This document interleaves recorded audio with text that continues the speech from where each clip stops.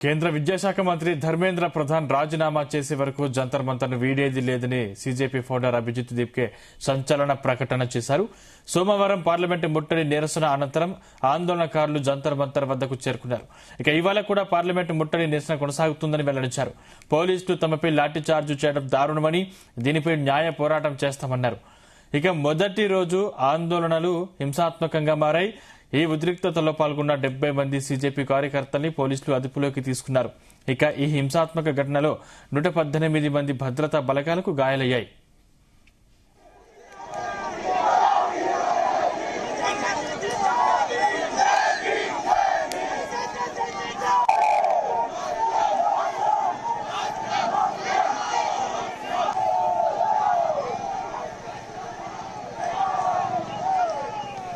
విద్యా వ్యవస్థలో పలు సంస్కరణలు తీసుకురావాలని డిమాండ్ చేస్తూ సామాజికవేత్త సోనం వాంగ్చుక్ జంతర్ మంతర్ వద్ద నిరాహార దీక్ష చేపట్టారు.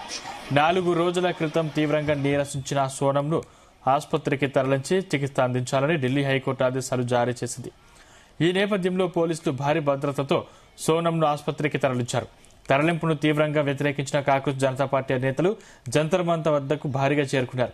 పార్లమెంటు ముట్టడికి పిలుపునివ్వడంతో వేల మంది కార్యకర్తలు అక్కడకు చేరుకున్నారు.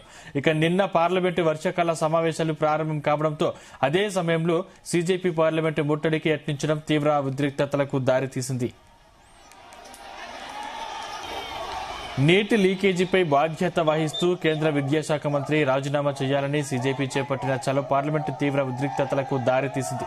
వేల మంది సీజేపీ మద్దతుదారులు పార్లమెంటు వైపు వెళ్లేందుకు బారికేడ్లను దాటేందుకు యత్నించారు.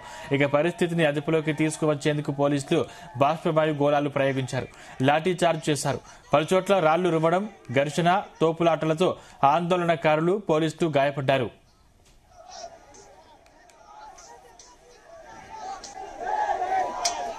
ఈ ఆందోళన నేపథ్యంలో కేంద్ర ప్రభుత్వం సీజేపీతో చర్చలు జరిపింది. సీజేపీ ప్రతినిధులు కేంద్ర మంత్రి జేపీ నడ్డా 2 సార్లు చర్చలు జరిపారు. ప్రభుత్వంలో చర్చించి నిర్ణయాలను వెలువరించేందుకు కొంత సమయం కావాలని ఆయన కోరినట్లు సీజేపీ ప్రతినిధులు తెలిపారు. వాంగ్చుక్ ను విడుదల చేయాలని, ధర్మేంద్ర ప్రధాన్ ను తొలగించాలని, నీట్ లీక్ కారణంగా ఆత్మహత్య చేసుకున్న వారికి 1 కోటి చొప్పున పరిహారం అందించాలన్న 3 డిమాండ్లను సీజేపీ ప్రతినిధులు ప్రభుత్వం ముందుంచారు. వాటిపై కేంద్ర మంత్రి సానుకూలంగా స్పందించారని సీజేపీ ప్రతినిధులు తెలిపారు. ఆందోళనల నేపథ్యంలో సీజేపీ ప్రతినిధులతో చర్చించిన అయితే సీజేపీ ప్రతినిధులకు ఎటువంటి ఖచ్చితమైన హామీ ఇవ్వలేదని నడ్డా స్పష్టం చేశారు. సరైన వేదికపై చర్చించి నిర్ణయం తీసుకుంటామని సీజేపీ ప్రతినిధులకు చెప్పినట్లు నడ్డా వెల్లడించారు. ఆందోళనలో నేపథ్యంలో కేంద్ర మంత్రి ధర్మేంద్ర ప్రధాన్ సైతం కేంద్ర హోంశాఖ మంత్రి అమిత్ షాతో భేటీ అయ్యారు. జరుగుతున్న పరిణామాలపై సుదీర్ఘంగా చర్చించారు.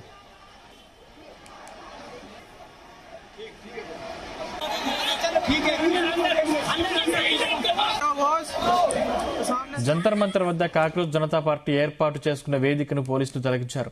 సీజేపీ వ్యవస్థాపకుడు అభిజిత్ దీప్కే, వాంగ్చుక్ సతీమణి గీతాంజలి తమ దీక్ష వేదికను కేరళ హౌస్ వద్దకు మార్చారు. ఇక వాంగ్చుక్ ను తరలించి తర్వాత అభిజిత్ దీప్కే చేపట్టిన నిర్వాధిక నిరాహార దీక్షను సోమవారం విరమించారు. వాంగ్చుక్ సైతం తన దీక్షను ఆసుపత్రిలో కొనసాగిస్తున్నారు. ప్రభుత్వం ఉత్తర కొరియా తరహాలో అణిచివేతకు పాల్పడుతుందని దీప్కే ఆరోపించారు.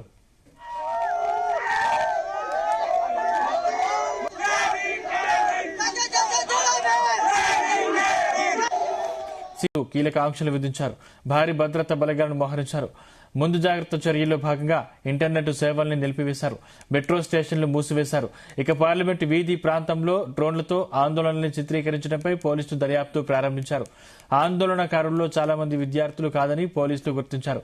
దీంతో పాటు పాక్ సోషల్ మీడియా ద్వారా చేస్తున్న ప్రచారంపై దృష్టి సారించారు.